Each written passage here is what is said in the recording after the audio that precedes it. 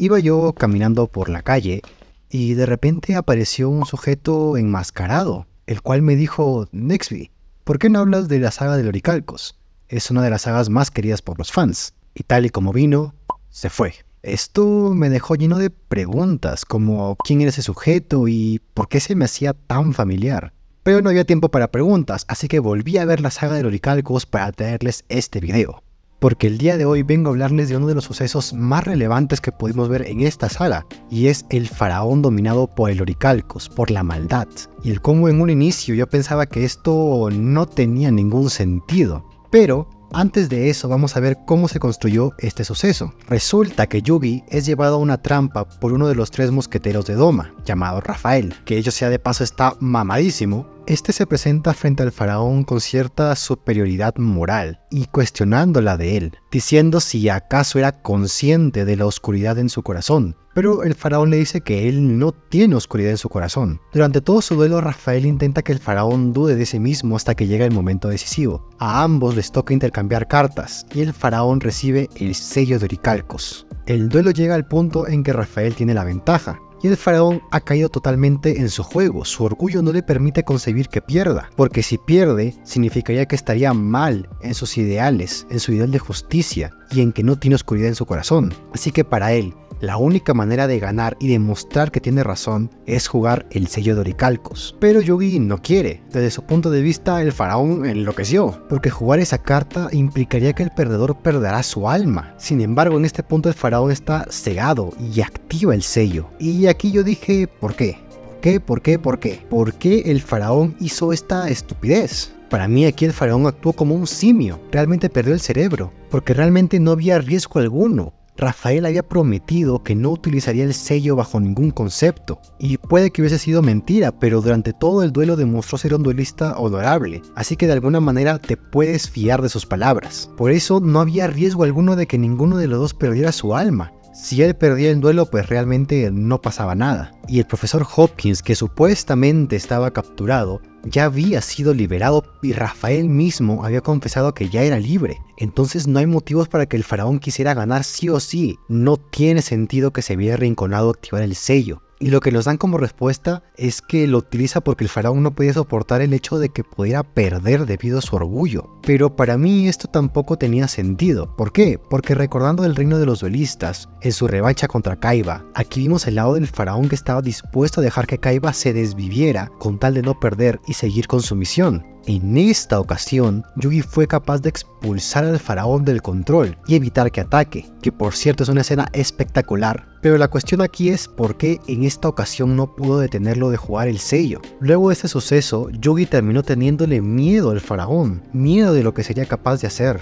Pero esto no volvió a pasar nunca más, ni siquiera cuando se vio en aprietos en su duelo contra Bakura, en donde tenía que elegir si atacar al Bakura original con Slifer y dejarlo seriamente lastimado o rendirse. Si no hubiese sido porque el espíritu de la sortija del milenio no quería ganar de esta manera, el faraón no hubiera tenido manera de salir de esta. Así que para mí esto no tenía sentido alguno, hasta que observé con detenimiento y me percaté de un detalle del cual no recordaba, y es que el faraón portaba un collar con un fragmento del Oricalcos, el cual se lo había quitado a un sirviente de Dartz. Y en ese momento todo cobró sentido. Yo pensaba que era necesario tener un fragmento del Oricalcos para activar su carta. Pero había algo más, había algo por lo cual la situación requería que el faraón tuviese puesto ese collar. Y es que después de ver un flashback de Dartz, me confirma que el solo hecho de tener contacto con un fragmento del Oricalcos hace que aflore la oscuridad en el corazón de las personas. No es necesario que una persona active la carta para que se vea influenciada por el Oricalcos. Dicha carta sirve más como un tipo de canalizador del poder de la maldad de la persona. Y la oscuridad del faraón es su propio orgullo.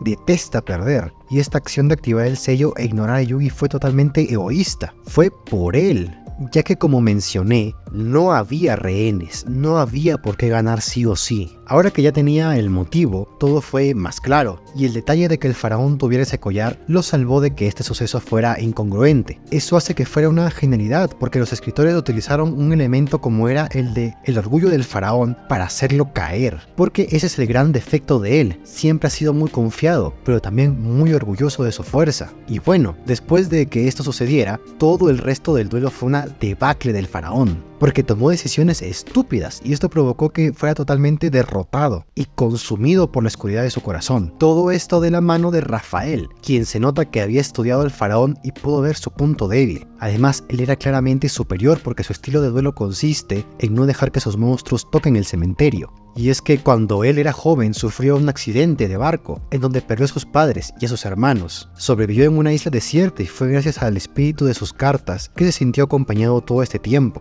Por eso las aprecia tanto y por eso las cuida como su propia familia que perdió. Y el faraón hizo todo lo contrario a él, utilizó a sus monstruos de manera despectiva y los corrompió con el poder del oricalcos. Y esos mismos monstruos terminan por juzgarlo después por sus acciones. Aquí Rafael le ganó no solo a nivel de duelo sino también a nivel moral, porque demostró ser superior moralmente, tratando mejor a sus monstruos. Y es que aquí está el secreto. El faraón también necesita de Yugi, sobre todo porque él es la voz de la razón para que el faraón no haga estas tonterías, porque Yugi tiene un corazón amable y noble, algo que él no tiene, o al menos no del todo. Además es mucho más precavido que él, y claramente menos orgulloso. Luego de esto el propio faraón estaba destrozado, la culpa lo consumía e incluso me conmovió bastante ver a Rebeca lamentar y culparlo porque había perdido a Yugi, porque seriamente, y creo firmemente en esto, aparte de Joy porque es un crack, Rebeca es la única que realmente ve el valor del Yugi original. El faraón siempre ha sido el centro de todo y es el que más se relaciona con los personajes que los rodean. Todos lo alaban y creen que es perfecto, lo admiran, pero Rebeca es la única que ve al Yugi original, que lo aprecia de verdad, que ve sus valores y que lo admira genuinamente por quien es. Por eso creo que fue espectacular su reacción al enterarse de lo sucedido. Regresando con el faraón, él en este momento era una bestia desatada que sucumbía ante sus impulsos violentos, sobre todo en su duelo contra Weevil, quien va a hacerle el mayor sufrimiento posible al faraón, incluso jugando con haber destruido la carta en donde estaba el alma de Yugi. Aquí el faraón desfoga toda su furia contra él, en el ya famoso Doromon destacado. De alguna manera, Yugi era quien lo contenía, pero ahora su oscuridad tenía el control sobre él. Fue gracias solo a Tea que él pudo detenerse. Esta vez le tocó a ella ser la luz del faraón en lugar de Yugi, al igual que lo fue tiempo atrás para ayudar a detener el ataque del faraón contra Kaiba. Y este festival de emociones no termina, porque después el faraón es obligado a pasar una prueba en el Valle de los Espíritus. Aquí debe de enfrentar a Yugi, y eso es algo bastante relevante, porque algo que nunca hemos visto ni por asomo es un Yugi malvado.